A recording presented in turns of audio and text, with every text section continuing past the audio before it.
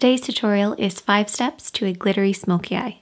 Step 1, using a blending brush, apply a deep shade from the outer corner and then into the crease, working above the lid and on the outer third of the lid. Keep blending over and back until you get a soft blended finish. Step 2, using the same blending brush, take a slightly lighter shade and apply this around the very edges, above the crease, onto the center of the lid, and also underneath the eyes.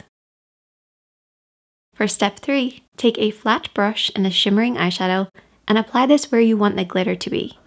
This will act as a base for the glitter.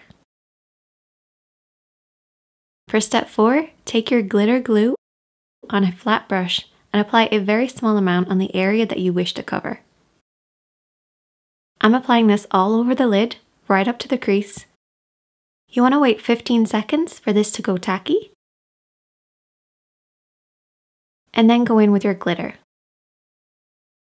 using a flat brush to pack this over the top of the glue, making sure to saturate the area you want the most glitter.